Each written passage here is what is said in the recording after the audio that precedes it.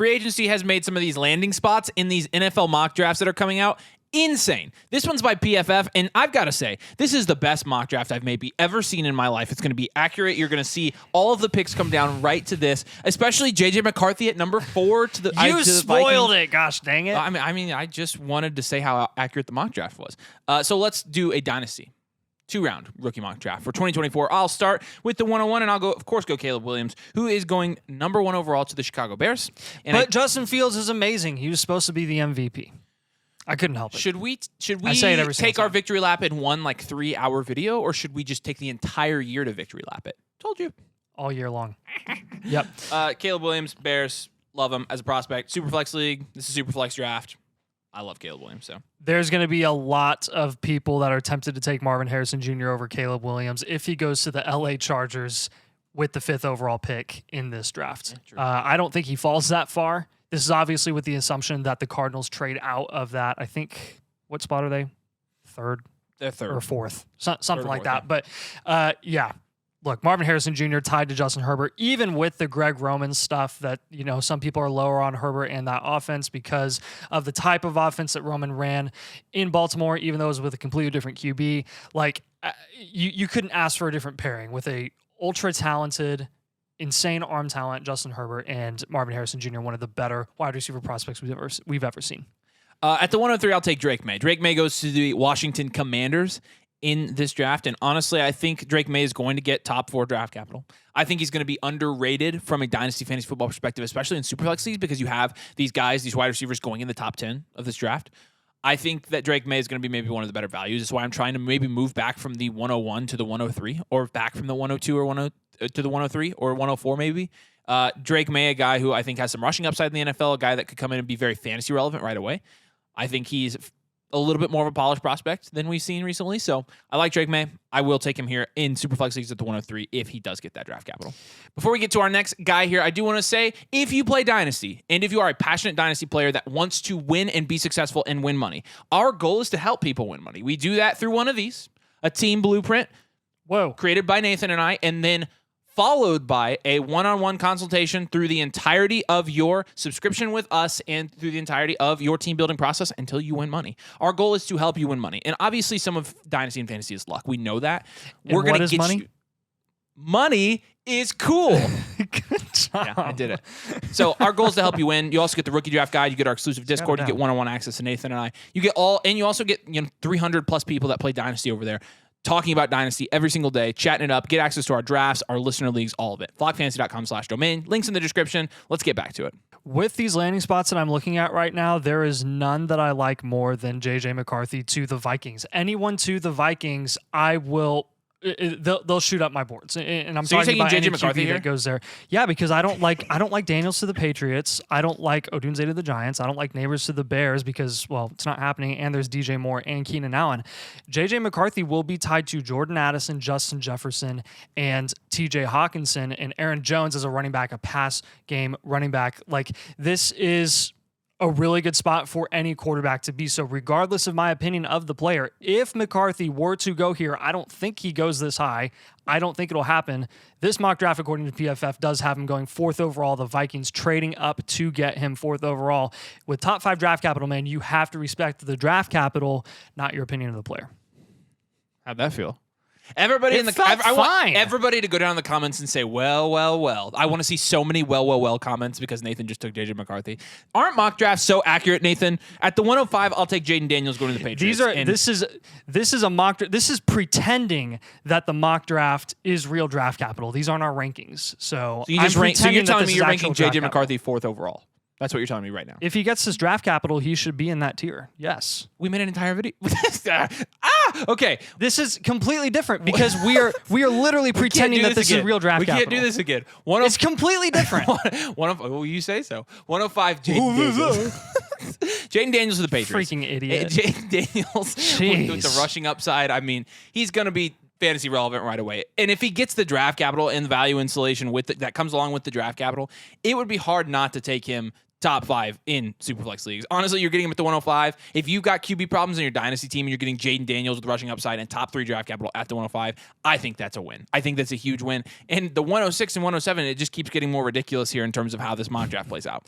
Yeah. Oh, man. I'll still take Odunze to the Giants. There's just a massive need at wide receiver there. Goes at number 6 to the Giants. Yeah, in this draft, the Giants don't take a QB. They're sticking with Daniel Jones. I don't love that at all for Odunze. That makes me want to die, especially since I love Rome Odunze as a wide receiver and as a talent. But with the draft capital at the 106, we're obviously assuming that Rome Odunze is probably going to go top 10 to 12. Like, this is absolutely a realistic landing spot for him. And it's something that you're going to have to look for potentially. Maybe he falls down boards because of this, and maybe you do get a better price for him eventually, but you got to respect the draft capital. I mean, and the other part of this, and the other guy you'd take there is Malik Neighbors, who went 3 spots later at the 109 to the Chicago Bears. And this is within 24 hours of recency in terms of this mock draft. And the Bears are not going to use the 109 to take a receiver. With DJ Moore and Keenan Allen and Cole Kmet and DeAndre, they're not taking a receiver there. Nor should they take a receiver there if they were to actually select at the 109. Yeah. They're taking Malik Neighbors here. I'll take him here at the 107. But again, I don't think that's a very likely. I don't think that's a very likely scenario that we're trying to hypothetically put into play here. So yeah. Go ahead. If Brian Thomas Jr. falls all the way to the 28th overall pick and goes to the Buffalo Bills, tied to Josh Allen, I am 100% taking him. Okay. Maybe he, is a little quiet. His rookie season doesn't have like a Garrett Wilson or a Puka Nacua year. I think that's kind of become the baseline expectation for all rookie wide receivers now. But as long as Brian Thomas Jr. is tied to Josh Allen and the Buffalo Bills, I think you have to absolutely love the landing spot. How do you know there. he's just not going to be another Gabe Davis? Because he is literally so much more talented. He is a lot more talented. And than they Gabe Davis spent was. a first-round pick on him. True. I'm curious. He's a first-round wide receiver. So to you, and this is hypothetical because I might agree with you, the 11 pick difference between Adonai Mitchell and Brian Thomas Jr., not to mention Adonai Mitchell going to another, fairly decent I think once you get like post top 12, like It's in all the real same NFL tier? draft capital, you almost view it in the same tier. And then you decide based off of your favorite landing spot. I do think and positional value. Like I almost took a different guy at a different position because I thought, so. Which is the guy I'll take. I'll take Brock Bowers here. He went at the talking about another 15th. guy. Oh, he went at the 15th overall pick to the Indianapolis Colts. And if you're playing in tight end premium leagues and Brock Bowers goes to the Colts and Brian Thomas goes to the Bills and they're a half round apart, I still might take Brock Bowers here, honestly. I think Brock Bowers is that good a tight end prospect. I think if you're talking the 108, 109, the difference between taking, a wide receiver and a tight end there's not huge. If you're talking about taking a tight end at the 104 in dynasty rookie drafts, that's completely different. Like from a statistical standpoint, like that doesn't hit that often. But there are good tight ends that go at the end of these first rounds of these dynasty rookie mock drafts. And so Brock Bowers here, I'm happy with that. I think the Colts are an amazing landing spot with him. Incredible. Look at Jalen Hurts and Dallas Goedert. Look at Kyler Murray and Zach Ertz and now Trey McBride, right? Let's look at the history of rushing quarterbacks, Lamar and Mark Andrews. Let's look at the history of rushing quarterbacks or quarterbacks who can produce with their legs and their tight ends. Not to mention, you have a history of Jalen Hurts and Dallas Goedert producing in the offense that Brock Bowers would be going into with Anthony Richardson. I think Brock Bowers would kill it in Indianapolis. It would be good to have somebody who's not a mid tight end in Indianapolis. I would love that. I don't think Bowers makes it here personally, but I would like that. That would be nice. It would be really nice. And yeah. the fact that I even have hope now just makes me really, really mad because I'm most likely going to be disappointed. Probably. Yeah. Jonathan Brooks in the second round to the Dallas Cowboys. Yes. I don't please. even. This isn't like why yes, even please. mock him anywhere else. He's clearly a Cowboy. Like he's essentially essentially already been drafted by the Cowboys. The Cowboys didn't do anything in free agency with any running backs. They're going to draft a running back, and it's going to be Jonathan Brooks. They're going to keep him at home. Bookmark this. They have the connections there with the team doctor who's worked on his ACL surgery and his rehab and all of that, and he works with the Cowboys. It's a dream landing spot. What better landing spot could you ask for? He gets the draft capital that you would expect for a running back to have, long-term insulated value, relative long-term insulated value. I absolutely love it. Yeah, I do too. I will top 12 dynasty running back if he gets that landing spot easy. Yes. Yeah. I think so too, even off the ACL. I think right now I have to go Bo Nix. Bo Nix Yeah. in this draft goes at the 122 to the Denver Broncos. So not only almost would took Bo him Nix way be earlier. getting like first round draft capital here, he's going to a team where he'd start right away, that doesn't have the best weapons, but has a coach that can build Bo Nix and build around Bo Nix and build his offense around Bo Nix. I like that. I like that a lot. I like that. All right. I'd honestly like if I do J.J. too. McCarthy went to the Broncos, because I feel like he's also somebody you could build That around. would be a really good spot for him that's too. like maybe my number one spot. Yeah, because they wouldn't be in a rush to start him. I know. And if they sat him for a year, I know. oh my gosh, I know. It would be really, really good. But in this mock draft, it's Bo Nix first round to the Broncos, so I'll take him at the 111 here. Yeah, I can't ignore. Oh, can I? Can you? I can't. I can't ignore A.D. Mitchell. I will take him here just because he did go 17th overall to the Jacksonville Jaguars. Calvin Ridley's out. Adonai Mitchell's in, according to PFF.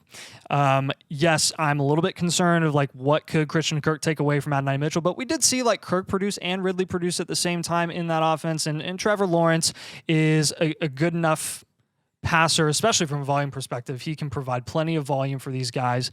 I have my own questions about A.D. Mitchell, the talent, but I think with the current recency bias of the Jags offense and Trevor Lawrence in general, I think A.D. Mitchell could end up being a decent value if he went to a team like the Jags. Probably. Because everyone wants him to get that dream landing spot, like with one of those, back half of the first round guys like the Bengals or the Bills or the Chiefs or something like that. If it's not going to be that pretty, it's probably going to be maybe the Jags if he goes that high, and I'll take him here. So after that, it gets really ugly here.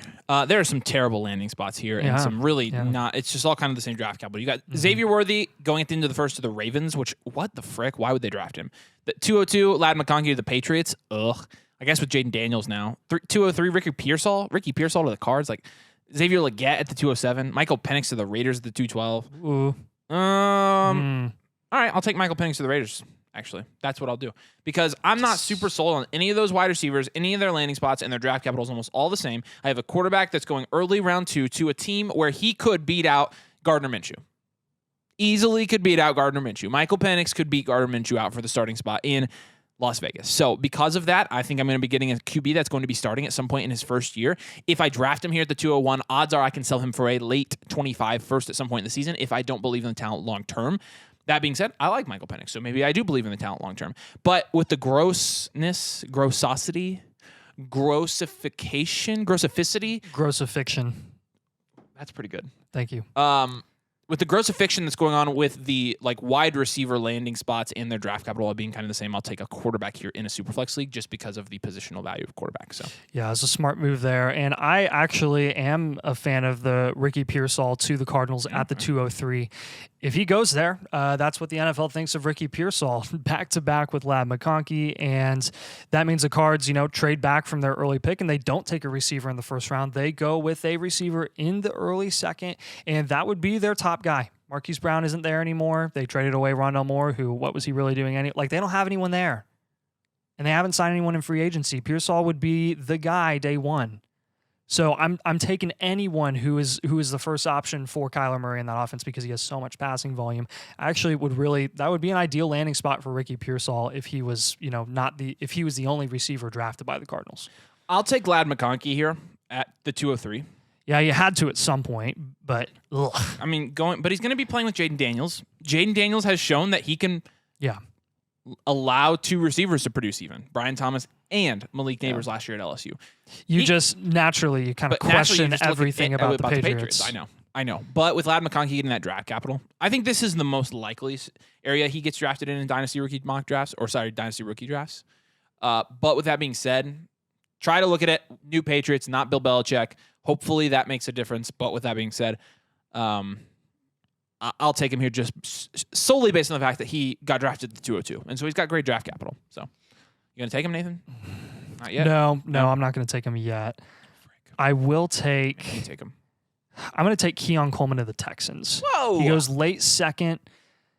I like anyone drafted to the Texans because I don't think it's obvious that Nico Collins is the long-term number one receiver there. I think there's a lot of moving pieces there. I think it's not certain that Houston's going to want to pay top dollar to Nico Collins, even if he has a good year next year, because they're going to have to look down the road for a contract with CJ Stroud. They're already spending a lot of money. They have the last couple of years in free agency. They do not have as much cap room as you'd expect for a quarterback on a rookie deal. So Keon Coleman would definitely be a project wide receiver. He wouldn't do a ton probably his first year, though I would be interested to see how much CJ Stroud could elevate his game. And I mean, that would be a lethal trio at the wide receiver position with Coleman, Collins, and Tank Dell. They'd be going places there. So I like it. All right. I like it. I'll take him then. I'm going to go Xavier Worthy here. Xavier Worthy in this mock draft goes at the 30th pick overall to the Baltimore Ravens. I don't like this landing spot for him. No, not at all. I don't think him and Zay complement each other all that well. I mean, I guess theoretically... No, we know exactly what Xavier Worthy is in the Ravens offense if he goes to the Ravens. It's Hollywood Brown. Yeah. Which Hollywood was productive there. Yeah, but it's a different offense now. It's a different offense, yeah. I don't love it, but he gets first-round draft capital as a receiver, so 205, he's a safe pick here. He's a value here. I'll take the value. He is. Give me Troy Franklin just because he goes to the Chiefs here at the 216. This is something where I could see, obviously he'll be pushed up boards just because he goes to the Chiefs, but maybe he doesn't go as high as I would expect because of Hollywood Brown going there on a one-year deal. But that's the key word right there, a key term, one-year deal. That's the key term, one-year deal. 1 year deal. This could be sort of a thing where Hollywood is the bridge, and then Troy Franklin kind of eases himself into that offense, and then it's a smooth transition from Hollywood in 2025 to Troy Franklin. Could be, or this mock draft could just suck. Or it could just suck, which, we saw McCarthy go 4th overall, so I have my doubts. Yeah, but there are some parts of it, like you mentioned, there's some parts of this mock draft that are very realistic and probable to happen, but this part in particular, you're right, is very unrealistic. I'm going to take my guy and take Roman Wilson here at the 207. I saved him for you. You're welcome. I know, thank you. He goes because you don't want me to throw a fit on camera again because you took my guy. Roman Wilson. It's okay. I know that you're not as mature as I am with the JJ McCarthy stuff, and I just have to give you your guy so you don't. Right. Hey Luke, throw a fit and cry like a baby. baby. Put up the poll results from that debate video, and we'll see who's the. I knew that no one agreed with me. I didn't choose the side because I thought everyone would agree with me. I think it's just that if your take was your take because it was majority opinion, then where the heck would we be today? We would be. I don't think the gutter. With Justin Fields. I don't think people took my side because it was the majority opinion. I think I just dissected your argument to such just a dust, and I just blew it right back in your face. Oh, that was really sweet. So Roman Wilson goes to the Browns. And Deshaun Watson, you remember, I'm going to dunk on you right here. There was a certain Nathan Schmidt that said last year that Joe Flacco was going to start with the Browns this year. Oh, I know. He did say that. And then Joe Flacco went to the Colts to be a backup. But so they're obviously... I did say it tongue-in-cheek, in fairness. Well, you were like half. Dude, they have $60 million invested in Deshaun Watson. They can't not start him. I did think they would re-sign him though for insurance, which still makes no sense to me why they didn't. I don't know why they didn't either, honestly. But I'm glad they got Jameis, so that's that true. Actually, So playing with Deshaun Watson, that offense just has to be better.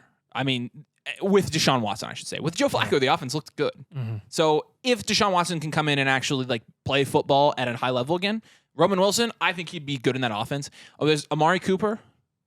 Who did they just trade for? They traded for somebody, didn't they? Receiver? The Browns? Browns? Yeah. Yeah, Judy, thank you. Yeah. They have so many just didn't reach their full potential receivers, and they're just hoping all of them hit. Yeah. Donovan Peoples-Jones. Yeah. No, he's gone. Oh, is he gone? Yeah. They traded him mid-season last year. Oh, I don't remember that. Yeah. Where's he at now? Lions. They just signed him to a 1-year deal, which is hilarious. He's so irrelevant. I don't even it's remember. It's like David Bell, Cedric Tillman, all those guys. So Roman Wilson, I think he's good enough to beat out Jerry Jeudy. I'll just say that. I can't ignore Xavier Legette anymore. 207. Yeah. We talk about any receiver going to the Panthers like we want a piece of at a certain price. And if we're getting Xavier Legette in the early second, going in the early second to the Panthers, and we get him in the late second here in this mock draft where it's wide open. It's wide open. So I don't love Legette as a talent, but got to respect the draft capital, got to respect the landing spot. Dave Canales can turn crap into gold. So True. Not saying Xavier Legette is crap. I'm just saying a crappy situation into gold. I'll take the better receiver that they drafted and go JT Sanders because they took JT Sanders at the 2-1. Yeah. And I'd much rather have him At the 301. 301, my bad. But he is a tight end. Second best tight end in this class. Yeah. Gets early third draft capital, going somewhere where he will start there.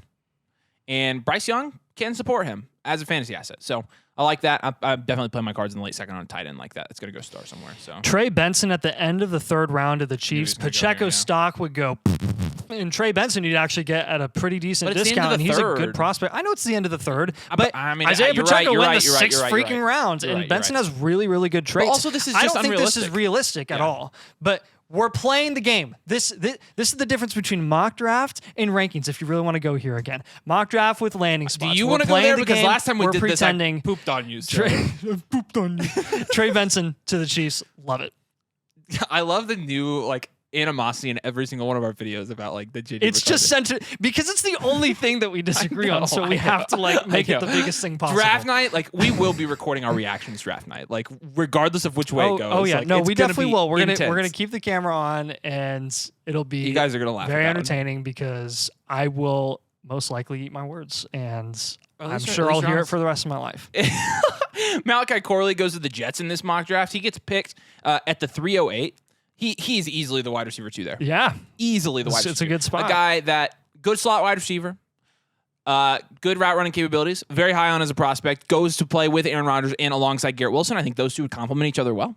Garrett Wilson being a guy that's going to garner a lot of targets, I think Malachi Corley also could get his own share in that offense that I expect to pass the ball a decent amount. Playing with Breece Hall, playing with Aaron Rodgers.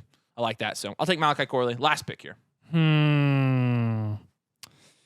Javon Baker to the Niners at the end of the second round is very intriguing. And obviously this is going to be kind of dependent on what they do with Ayuk over the offseason. I mean, we can assume if they're taking him here, Ayuk's probably not in the picture. Yeah. It's second round pick. Why would the Niners use a second round? So those of you who don't know a ton about Javon Baker, he's a wide receiver out of UCF, and he transferred from Alabama to UCF. Didn't do much at Bama. Hyper productive at UCF. Totally schooled people. I think at the was it the Shrine Bowl or Senior Bowl? Anyways, he did a really good job, and it was like, why did Bama let him go when he's objectively better than all the receivers they've had over the last couple of years? So anyways, very interesting. He's kind of a sleeper guy that's not really a sleeper anymore because he has been moving up boards, but if he goes to the Niners, I like anyone in that offense. I do too. All right, there you go. Like I said earlier, you suck. Sorry, I just had to say it. That's all right. Yeah, I know. I'm sure somebody will tell me in the comments that I do too, which, that's up. It's all right. All right. I got verbally abused a week ago, so you got, which I knew was going to happen. Yeah, but I don't care. They violated some kind of United Nations treaty, with the type of warfare they were using on you in the comments section. I swear, man, it was war crimes. It was bad. Like I said earlier, get a team blueprint. Whether you play in a 1QB league, an IDP league, a Superflex league, we're about having dynasty players be successful. Having dynasty players win their league. So you can get that team blueprint. Rookie draft guide goes along with every single one of these guys in the rookie draft guide. Whoa. All of that and more at flockfantasy.com/domain. You have to use code domain to sign up. Links in the description. If you want to join us, you get a team blueprint when you sign up. You get access to everything, and you get one-on-one access to Nathan and I so that we can answer your dynasty questions all the time. That's what we're here for. Yep. Appreciate you guys. Make sure you drop a like. Make sure you subscribe if you play Dynasty. We'll see you later.